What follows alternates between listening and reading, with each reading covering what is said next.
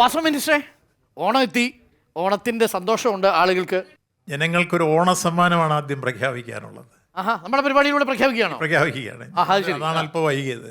ഞാൻ വിഴിഞ്ഞത്തു നിന്നാണ് വരുന്നത്. നമ്മൾ നേരത്തെ പ്രഖ്യാപിച്ചിരുന്ന 1 വർഷം കൊണ്ട് 10 ലക്ഷം കണ്ടെയ്നറിൽ എത്തിക്കുമെന്നാണ് പറഞ്ഞിരുന്നത്. പക്ഷേ 8 മാസം കൊണ്ട് 10,12,000 കണ്ടെയ്നറായി കേക്ക് മുറിച്ചിട്ടാണ് ഞാനിപ്പോൾ വരുന്നത്. എല്ലാവരെയും വിളിച്ച് ആഘോഷ പരിപാടി പ്രഖ്യാപിച്ചു. അതിൽ ഒരു സവിശേഷ സാഹചര്യം, ഏതാണ്ട് 460 ഷിപ്പുകൾ ലോകത്ത് ഈ വലിയ തുറമുഖങ്ങളിൽ മാത്രം പോകുന്ന 27 ലാർജ് ഷിപ്പുകൾ എത്തിച്ചേർന്നിരിക്കുന്നു. അതുൾപ്പെടെ 399.99 മീറ്റർ നീളവും 62.4 മീറ്റർ വീതിയുമുള്ള ഐറീന ദുബായിലോ കൊളംബോയിലോ സിംഗപ്പൂരിലോ എത്താത്ത ഷിപ്പാണ്. ആ ഷിപ്പ് ഉൾപ്പെടെ 27 ഷിപ്പുകൾ MSCയുടെ കൂറ്റൻ കപ്പലുകളും എത്തിച്ചേർന്നു. ഇരട്ടി സന്തോഷം.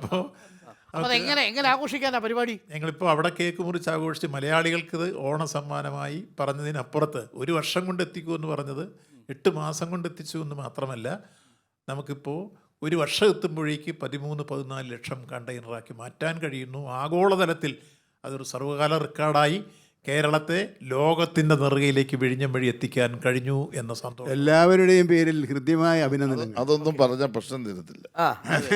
അതൊന്നും പറഞ്ഞ ഇത് ഇത്രയും സന്തോഷകരമായ ഒരു കാര്യത്തിൽ എന്ത് ചെയ്യുമെന്നാണ് ഞാൻ പറയാം. അങ്ങനെ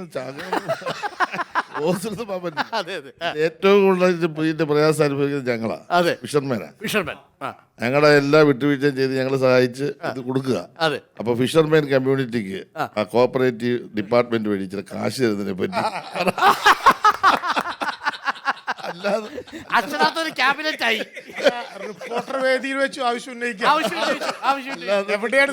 അത് അദ്ദേഹം പറഞ്ഞതിനോട് ഞാൻ പൂർണ്ണമായി യോജിക്കുന്നു. എന്താന്ന് വെച്ചാൽ, ഫിഷർമെൻ്റെ നല്ല സഹായവും സേവനവും, പ്രത്യേകിച്ച് ഫിഷറീസ് ഡിപ്പാർട്ട്മെന്റ് വകുപ്പ് മന്ത്രി എന്നുള്ള നിലയ്ക്ക് അദ്ദേഹത്തിൻ്റെ നല്ല രൂപത്തിലുള്ള സഹായവും ഞങ്ങൾക്ക് ഈ തരത്തിൽ എത്തിക്കാൻ കഴിഞ്ഞ അന്നിമൂറ് പറഞ്ഞ് സ്മരിക്കുന്നു.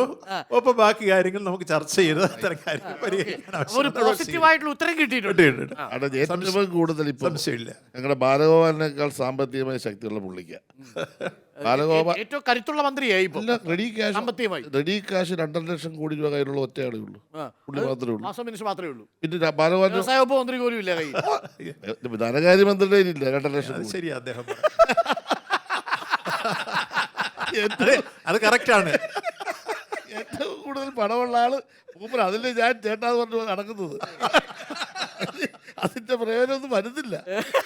വരണം, അത് മത്സ്യമേഖലയിലോട്ട് വരണം. അതിനുവേണ്ടി വിഴിഞ്ഞത്തിന്റെ കഥ പറഞ്ഞ് നമ്മളെ അതിന് ഞാൻ അഭിനന്ദിക്കുന്നു. അദ്ദേഹം അതിലൊക്കെ എടുക്കുന്ന മുൻകൈ വലിയ ഉന്നത വിദ്യാഭ്യാസ വകുപ്പിലേക്ക് എങ്ങനെ റൂട്ട് ചെയ്യാം ഓൾറെഡി റൂട്ട് ചെയ്തിട്ടുണ്ട്. അവിടെ നമ്മുടെ മത്സ്യത്തൊഴിലാളി കുടുംബങ്ങളിൽ നിന്നുൾപ്പെടെയുള്ള കുട്ടികൾക്ക് സ്കിൽ എൻഹാൻസ്മെന്റ്, നമ്മുടെ പോർട്ടുമായി ബന്ധപ്പെട്ട ഉന്നത വിദ്യാഭ്യാസ വകുപ്പിൽ ചെയ്തു തന്ന ഒരു കാര്യമാണ്. ഏറ്റവും സൗകര്യപ്രദമായ ഒരു സെന്റർ അവിടെ തയ്യാറാക്കി. അങ്ങനെയുള്ളതുകൊണ്ടാണ് അവിടുത്തെ മത്സ്യത്തൊഴിലാളിയുടെ കുട്ടികൾക്ക് ഉൾപ്പെടെ ഇപ്പൊ അവിടെ കയറുന്ന ഓപ്പറേറ്റർമാരായി മാറ്റാൻ കഴിഞ്ഞത്. ഈ അസാബ് സെന്റർ വന്നതുകൊണ്ടാണ്. ട്രെയിനിങ് കൊടുത്തു. അപ്പൊ നമ്മൾ വിഴിഞ്ഞത്തിന്റെ ഒന്ന് മാറ്റി ഒരു സെക്കൻഡ് ഓണത്തെ കുറിച്ച് പറയുമ്പോൾ, ഓണം സമത്വത്തിന്റെയും സാഹോദര്യത്തിന്റെയും ഐക്യത്തിന്റെയും സമഭാവനയുടെയും സന്ദേശിച്ച ഒരു വിശ്വമാനവിയുടെ സന്ദേശമാണ് വരുന്നത്. മനുഷ്യൻ എവിടെയുണ്ടോ അവിടെ മലയാളിയുണ്ട്, മലയാളി എവിടെയുണ്ടോ അവിടെ ഓണമുണ്ട്. ആ ഓണം ഇപ്പോൾ ആഗസ്റ്റിൽ തുടങ്ങിയാൽ അത് തീരുന്ന ഡിസംബർ വരെയാണ്. അങ്ങനെ എല്ലാ അർത്ഥത്തിലും ആ ആഘോഷങ്ങൾ ലോകമെമ്പാടും നടക്കുമ്പോൾ നമ്മുടെ രാജ്യത്തും വിശേഷിച്ച കേരളത്തിലും അതേറ്റവും ഭംഗിയോടെ ഫലപ്രദമായി ആഘോഷിക്കാൻ കഴിയുന്ന പശ്ചാത്തല സൗകര്യം ഗവൺമെൻറ് ഒരുക്കിയിരിക്കുന്നു. ഒന്ന്, പെൻഷനെല്ലാം കൃത്യമായി കൊടുത്തിരിക്കുന്നു. 3200 രൂപ, 1600 കിട്ടേണ്ടത് 3200 എത്തിയപ്പോൾ അവർക്കിതായി. അതുപോലെ തന്നെ തൊഴിലുറപ്പ് തൊഴിലാളികൾക്ക് 200 രൂപ അധികമായി കൊടുത്തിരിക്കുന്നു. അവർക്ക് ആശ്വാസമായി. കൊച്ചു കൊച്ചു സംഘടനകൾക്കൊക്കെ കൊടുക്കാനുള്ള അത്തരത്തിലുള്ള കാര്യങ്ങൾ ചെയ്ത പോലെ സർക്കാർ ജീവനക്കാർക്ക് ഒരു ഗഡു പെൻഷൻ DA കൊടുത്തിരിക്കുന്നു. അല്ല, ഞാനത് പറഞ്ഞു വരുന്നത്, ആദ്യം ഗവൺമെൻറ് പശ്ചാത്തല സൗകര്യം ഒരുക്കലാണ്. ക്രയശേഷി വർദ്ധിച്ചെങ്കിലേ നാട്ടിൽ ഓണം സമൃദ്ധമാകൂ.